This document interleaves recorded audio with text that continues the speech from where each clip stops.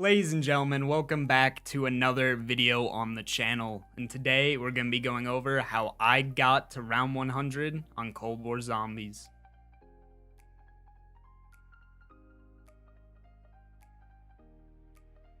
Now real quick before we get into it, I would like to mention that all the games for this were streamed over on my Twitch, so if you'd like to come over there and hang out with us while we're doing stuff like these crazy round 100s, I will leave a link for that down below. But now without any further ado, let's go ahead and talk about how I made it to round 100. Alright, so this game of zombies went ahead and started like any other game, jumping out of that helicopter on round 1. Now the way that I decided to go for this round 100 is I went ahead and dropped in with the knife and the ring of fire. The reason I went with the knife over any sort of normal gun is that you're able to maximize your points and be on your way out of spawn a lot faster. So then we stayed and ran around spawn, so we had about 10,000 points. What that 10,000 points allowed us to do is we can get our way opened up to power, as well as buying the gallow off of the wall. Now if you don't know, the gallow is probably one of the strongest weapons that you should be running as a secondary or have on you in some way in every game of zombies. Just the fact that it's a shotgun, and then when it's pack-a-punched, it's a full auto shotgun, makes it absolutely insane in terms of DPS. So then we went ahead, turned on the power, and went into the Aether. And in the Aether, something that I see a lot of people miss, that is definitely something to look for, is just make sure to break all the crystals on your way to the tunnel that you're trying to get the pack-a-punch part at. Because those crystals, obviously, sometimes will just get some like common salvage or some armor plates when you don't even have armor. But sometimes you can get crazy things like monkey bombs can come out of it. You can get free perks out of it. Pretty sure you can even pull wonder weapons out of it. So definitely make sure to break those crystals every single time you're getting that pack-a-punch part. Now, as soon as we got pack-a-punch built, we went ahead and did that coffin dance Easter egg. Now, if you don't know how to do this Easter egg, I'll make sure to iCard the tutorial for it. But essentially, you just walk around the power room and you want to shoot the 5 blue orbs that'll be spawned. And when you go ahead and do that, you go ahead and get teleported in what I've been calling the vibe zone. You just got all the zombies dancing. Obviously, you got the ones carrying the crate. But the reason you take on this Easter egg is that you get free jug as well as a free weapon that tends to be legendary. Ideally, you're hoping to get the ray gun out of here so you don't have to spin the box for it a ton. But when we did it, we went ahead and got a legendary MP5, which was awesome for us. As soon as we got this all set up, we went ahead and we sped run to about round 30. Now, the reason that we're just trying to roll through the rounds and we're not rolling for that ray gun yet is because as the rounds increase, your odds of getting better and better weapons increase. So waiting till round 30 is definitely the way that you want to go about getting that ray gun as quick as possible. And obviously, in the meantime, on your way to round 30, you want to go ahead. You're going to want to buy all your perks except Elemental Pop. You're also going to want to go ahead and work on upgrading that gallow since you're going to be rolling with it the whole game. You don't really have to worry about whatever gun you pull out of the coffin dance Easter egg because you'll probably be trading out your ray gun for that. But just make sure that you're essentially all the way set up by round 30. And normally, if you want, you can start doing the Ring of Fire strategy on the top of Nact, which I'll touch on later. You can do that before round 30. Personally, I find that really, really hard to do without the ray gun. So I just go ahead and train and spawn until we're able to pull that ray gun. Now, once we hit round 30, we began the RNG journey of trying to roll the ray gun out of the box. In this game, it took me a really, really long time. So during this montage of me teddy bearing a bunch of boxes, I'm going to go ahead and talk about what makes high rounds so interesting in this game. Now, the first thing that happens on your round climb is that the zombie's health does not get any higher past round 40, capping at about 30,000. Now, the reason that this is really interesting is it means that any gun can technically be viable for a high round. Like, if you have your maxed out gallow, you could do around 100 only using that. You could do it with a maxed out assault rifle. Just so long as you have your gun maxed out, it'll be doing the same damage and killing with the same efficiency from round 40 on. Now, the next interesting thing that happens when going for the high rounds is around 52, the zombies start super sprinting. Basically, what this means is you can't out backpedal them anymore. You can just barely outrun them by walking. But basically, you always got to be sprinting because they're going to be spawning into the map fast and they will catch up to you before you even know. And obviously, as more and more zombies start super sprinting, it's going to be harder and harder to train, as you're going to have to be a little bit more on your toes for it. So that's why this Ring of Fire strategy on top of Nact is so prevalent. And finally, on round 36, we were able to pull the ray gun out of the box. Obviously, for how many points we had to spend on the box, we didn't have enough to get it upgraded right away. So we went ahead, trained a couple more rounds in spawn, and then we began using the strategy on top of Nact. So finally, we were able to get set up to take on the high rounds using this strategy on top of Nact. Now, this is definitely one of the fastest strategies for going through these rounds due to the way that the zombies spawn. But I'll go ahead and let me from the past explain the basics of this strategy. Is this the spot? Yes, sir. Top of Nact. Top of Nact, you keep this close so they can't jump up behind you. And they can only spawn here and right there where they're spawning right now. Then if you just pop a Ring of Fire in this spot and like stand on the edge, the zombies can't make it to you in time. So you only have to look down this way while your Ring of Fire is up. And you don't have a Ring of Fire, it's a little more complicated. It's a little bit more complicated, but it's still not bad at all. And boy, was I not kidding when I said it got a little bit more complicated when you don't have that Ring of Fire up. Whenever your Ring of Fire is down, you essentially end up in a couple situations. The first of these situations is when you're able to fall back and get your Ring of Fire up without having to use any sort of equipment or anything. So essentially, to charge your Ring of Fire from empty to full, you're looking to get about 24 zombie kills. So if you're able to do that before you get overrun in this area, that's definitely what you want to do. Just get that Ring of Fire up and then go ahead and pop it back up again. Now, the second situation that I ran into a lot because I'm bad at this game was that I wasn't able to get that Ring of Fire back up in time before I got overrun. And now to deal with this, you just want to make sure you always have a chopper gunner. By sitting on this chopper gunner, it's your get out of jail free card. You go ahead, you pop it, you can get all the zombies killed and get your Ring of Fire back up to reset. It gets all the zombies out of the way. So you basically just get a fresh reset on the strategy.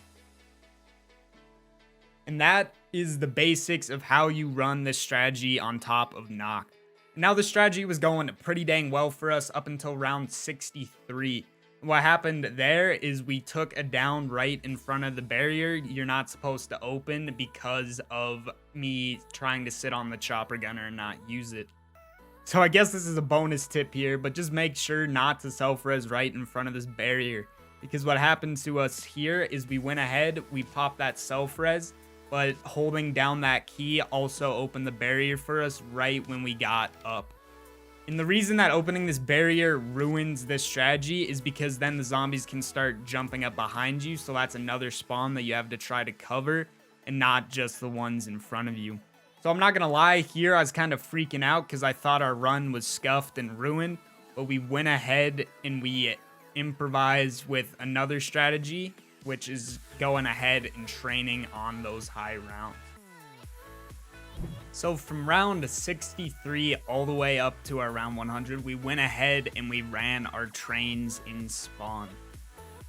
And while this strategy is going to be way slower and probably a little bit tougher than the one on top of Nact, if you go about it the right way, it can still be incredibly effective at getting you through these higher rounds. Now, the first tip that I have for you guys, if this is your actual strategy that you're wanting to roll with from the beginning of the game, is not to open the pink door that's right on the edge of the map.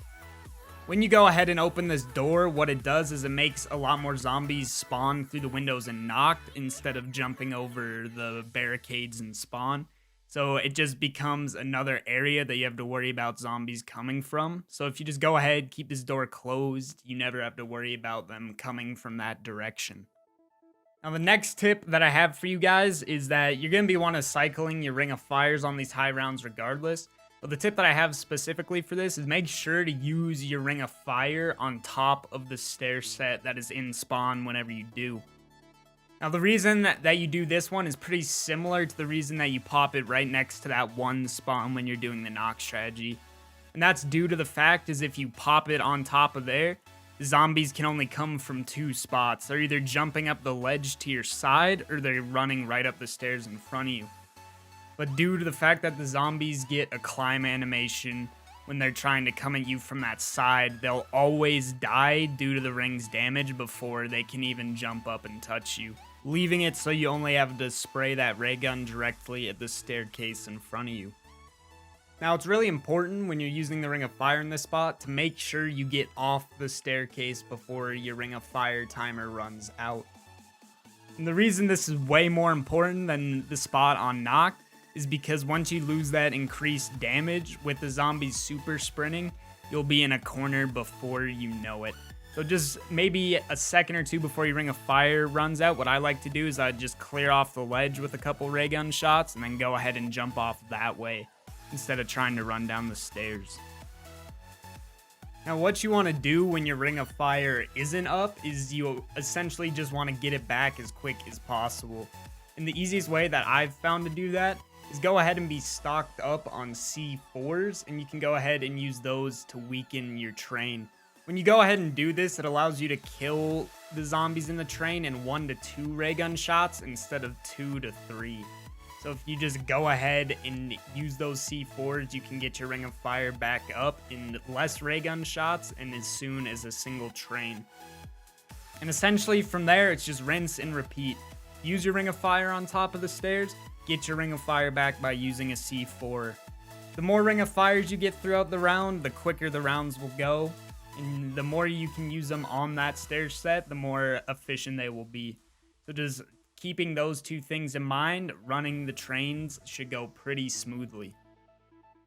But obviously, it's not going to be going smoothly the whole time. So that's why you need to have a couple bailouts in case you do get put in a corner or your armor breaks and you have to go for it mid-round. The first one of these bailouts that you need to make sure that you have is that chopper gunner. This thing is a total get out of jail free card. It allows you to get out of any sticky situation, get your Ring of Fire back up, and take out a whole train of zombies plus some more that will be spawning in. It is just crucial that you make sure that you have one of these things on standby at the beginning of every single round. And then the second bailout that I ran, which might be a little bit different than what you would be thinking, is I went ahead and used decoy grenades in my tactical instead of monkey bombs. Now, the big reason that I did this for these higher rounds is the fact that the monkey bombs have an insane wind-up time. There were a lot of times during the wind-up that when the zombies are super sprinting, you won't even have time to throw it, especially if you have no armor, before you get downed. But with the decoys, it's almost an instant throw animation, and the zombies go and swarm to it almost instantly as well. So just making sure to have some of those when you need to clear the area or you need to stop for a second to get armor is absolutely essential to if you mess up at all. But having these couple things stocked up and ready to go at the beginning of every round will make sure that you're able to make it to round 100 while running these trains and not have your game brought up short due to one mistake. And after about 5 hours of gameplay between these two strategies combined, I was able to get to round 100. And something that's really interesting that I actually didn't know about until it happened is that there is a Dark Ops challenge for getting to round 100, so you get a pretty unique calling card that I'll show here. It for sure looks pretty cool. You got the title The Burning Dead on it, and it's just a really neat looking calling card. But I'm not sure if it's going to beat out the dual-wielding ray gun cowboy that I've been using thus far. But now I'm just going to go ahead and let the gameplay footage from our round 100 and our exfil play out so you guys can kind of see in better detail what it was like to be training on this round. Oh my, that is a lot coming from the building.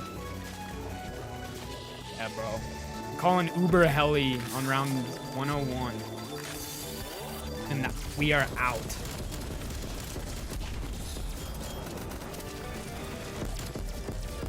All right, so to get out of here, we're definitely... Oh, no shot. Oh, shotgun season. The shotgun said it's my turn. Shotgun says it's my turn, but yeah, 100% round. We're buying a war machine. We're buying 2 monkeys, and we are out. We are out. Guarantee exfil, bro. Why can't, when I hop in the chopper gunner, why can't that homie just take me with him? Like, why does homie put me back on the ground? Like, just take me with you, my guy. Save us a lot of trouble.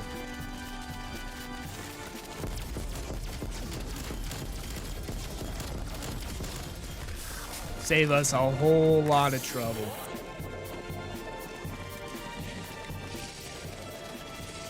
Whoop. Oh no. He did not want to get put on skates. He read me like a book, bro. Always say that. Yeah, like just let me roll, man. Right, I need to try and save a zombie though, because round ends and we are not, and I am not stacked on armor or anything like that. It's going to be a bad time on the exfil. It's going to be a really bad time.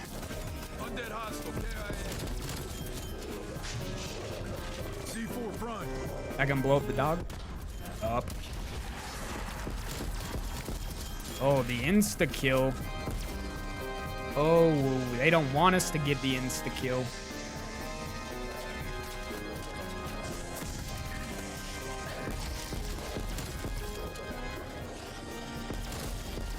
All right, we gotta slow it a bit.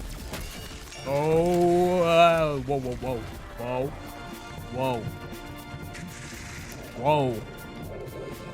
Please, well, we'll get the armor done now. How's that sound? Oh, what's good? The dog. Please don't come in here. Where did that decoy? It went through the stairs? So confused. All right, the armor's done, so we don't have to worry about that, I guess. Unless we somehow get it shattered again.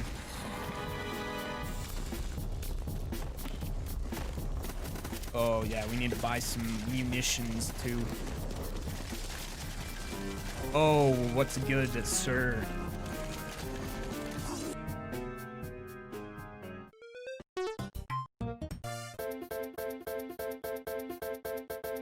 We good? All right, we're good, Spotify. We're good. I need something different than the Bowser's Castle, bro. No, it's Coconut Mall for like the 5th time, but hey. But hey.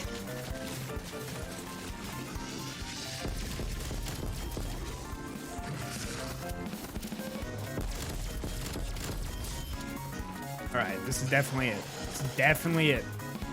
So I need my war machine. I'm gonna go war machine, 2 monkey bombs, and we are out. So we're gonna kill these guys, grab those, and we are outie. You, sir? That dude's got hops, hello? Alright, pop up. It is time to go.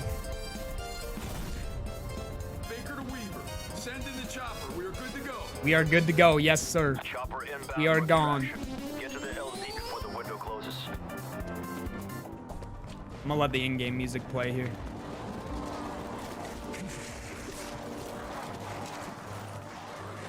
Here we go, boys. Gotta kill 56 of them.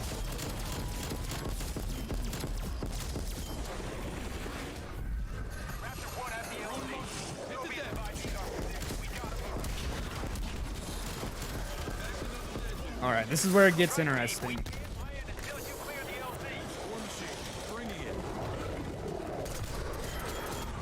Oh no, go away. Oh, where? Where's the homies? Where's the homies? How are you still alive? Or are they up here still? Hello? We are out. Landing at LZ. We are out. Targeting our position. We got 30 seconds. Team acquired. Woo! You did good work, team. A boss didn't even spawn, bro. I'm not gonna lie. That was really anticlimactic. I was expecting a boss or something. Woo! Successful exfil. You survived 100 rounds. Woo! All right, now we can bring back the coconut mall, boys. And that does it for my journey on how I got to round 100 on Cold War Zombies. Obviously, a lot of time goes into these videos between gameplay, giving you guys the tips on how I did it. So if you found anything useful or interesting in this video at all, please make sure to drop a like on it. Also, make sure to subscribe because we'll be taking on more challenges like this all year round for all this Cold War Zombies content. So if that's something that you're interested in, make sure to subscribe so you don't miss it at all. Down below in the comments, let me know. Are you thinking about taking on a high round in this game? I'd say if you've never done it before, this is definitely the game to start learning to take it on. Again, all of this gameplay for all these challenges and camo grinds that we're doing is streamed over on my Twitch. So if you'd like to come hang out with us while we work on it, there will be a link for that down below. And yeah, that's going to do it for me here today, guys. I really appreciate everyone watching. And as always, I will see you in the next one. Till then.